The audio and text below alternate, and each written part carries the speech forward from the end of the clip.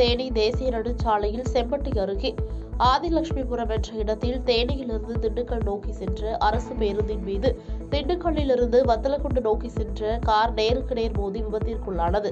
இதில் வத்தலக்குண்டு பகுதியில் தினமலர் நிருபராக பணியாற்றி வந்த ஸ்தானிகா பிரபுவும் அவரது மனைவியும் காரில் பயணம் செய்திருந்தனர். இந்த விபத்தில் சத்யபிரியா சம்பவ இடத்திலேயே உயிரிழந்தார். மேலும் ஸ்தானிகா பிரபு பலத்த காயமடைந்து திண்டுக்கல் அரசு மருத்துவமனையில் சிகிச்சை பெற்று வருகிறார்.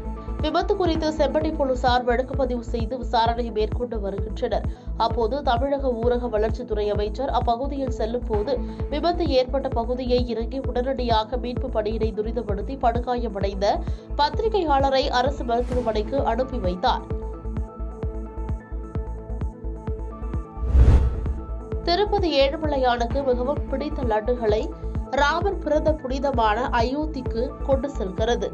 வரும் 22ஆம் தேதி நாடு முழுவதும் ராமர் நாமம் கொண்டாடப்படும் போது ராமஜென்ம பூமி தீர்த்த அறக்கட்டளை சார்பில் பக்தர்களுக்கு திருப்பதி லட்டு பிரசாதம் வழங்கப்படுகிறது. இதற்காக வெள்ளிக்கிழமை திருமலையில் இருந்து திருப்பதிக்கு 1,00,000 லட்டுகளை கொண்டு செல்லும் பணியை தேவஸ்தானம் மேற்கொண்டது. இந்நிகழ்ச்சிக்கு பிறகு செய்தியாளர்களிடம் பேசிய தேவஸ்தானம் துணை செயல் அலுவலர் வீரபிரம்மம், அயோத்தியில் உள்ள ஸ்ரீ ராமச்சந்திரமூர்த்தி கோவில் திறப்பு விழாவிற்கு 1,00,000 லட்டுகள் வழங்க திருப்பதி திருமலை தேவஸ்தானம் அறங்காவலர் குழு முடிவு செய்துள்ளதாகவும், திருப்பதி விமான நிலையத்திலிருந்து சிறப்பு சரக்கு விமானம் மூலம் அயோத்திக்கு கொண்டு செல்லப்படுவார்கள் என தெரிவித்தார். தமிழக முன்னாள் முதல்வர் கருணாநிதி பற்றி கவிஞர் வைரமுத்து குரலில் எக்ஸ் வலைதளத்தில் அவதூறாக வீடியோ வெளியிட்டதாக திருத்துறைப்பூண்டி காவல் நிலையத்தில் திமுக மாநில இளைஞரணி துணை செயலாளர் இளையராஜா புகார் அளித்திருந்தார். இந்த புகாரின் பேரில் மாவட்ட எஸ்பி ஜெயக்குமார் உத்தரவின் பேரில் தனிப்படை அமைத்து குற்றவாளிகளை தேடி வந்த நிலையில் தஞ்சாவூர் மாவட்டம் திருக்காட்டுப்பள்ளியை சேர்ந்த செந்தில்நாதன் என்பவர் எல்டிடிஎஸ் நிறுவனத்தில் பொறியாளராக பணியாற்றி வருவதும் இவர் தன்னுடைய எக்ஸ் வலைதளத்தில் பதிவிட்டதும் தெரியவந்தது. இதையடுத்து தனிப்படை காவல்துறையினர் அவரை கைது செய்து சிறையில் அடைத்தனர். தூத்துக்குடி மாவட்டம் மூணாவயல் பகுதியைச் சேர்ந்த 11 பேர் இரவு வேளாங்கண்ணி செல்வதற்காக காரில் வந்துள்ளனர். அப்போது தஞ்சாவூர் மாவட்டம் சேதுபாவச்சத்திரம் அருகே ஓட்டுநரின் கட்டுப்பாட்டை இழந்த கார் சாலையில் இருந்த தடுப்பு சுவரில் மோதி விபத்திற்குள்ளானது. இதில் சம்பவ இடத்திலேயே 4 பேர் உயிரிழந்தனர். மேலும் படுகாயமடைந்தவர்கள் சிகிச்சைக்காக மருத்துவமனையில் அனுமதிக்கப்பட்டுள்ளனர். இதையடுத்து இறந்தவர்களின் உடல்கள் பட்டுக்கோட்டை அரசு மருத்துவமனையில் பிரேத பரிசோதனைக்காக வைக்கப்பட்டுள்ளது. இதுகுறித்து சேதுபாவச்சத்திரம் போலீசார் வழக்கு பதிவு செய்து விசாரணை மேற்கொண்டு வருகின்றனர்.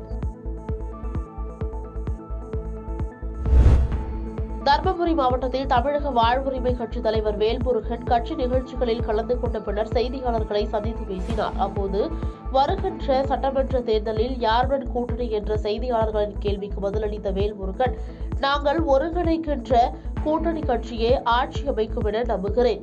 தமிழ்நாடு அரசு 7.5 லட்சம் கோடி ரூபாய் கடனில் இருந்தாலும் கொடுத்த வாக்குறுதிகளை நிறைவேற்றி வருகின்றனர். வருகின்ற நாடாளுமன்ற தேர்தலில் தங்களின் குரல் ஒலிக்க வேண்டும் என விரும்புகிறோம் என்றார். மேலும் பேசிய அவர்,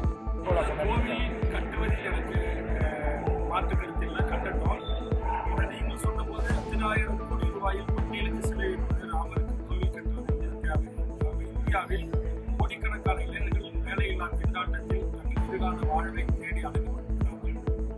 இங்கு பல்லாயிரக்கணக்கான மக்கள் இந்தியாவில் இன்னமும் வேலை உணவுக்கு வழி இல்லாமல் பட்டினியாக தமிழகம் உள்ளிட்ட பல்வேறு தேசிய இனங்கள் வாழ்ந்து வருகிறார்கள்.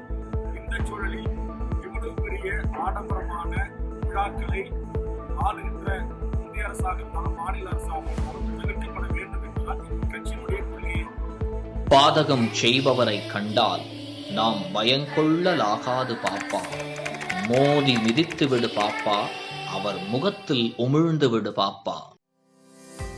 அண்மை செய்திகளை உடனுக்குடன் தெரிந்து கொள்ள இணைந்திருங்கள் இயம்நாடு தொலைக்காட்சியுடன்.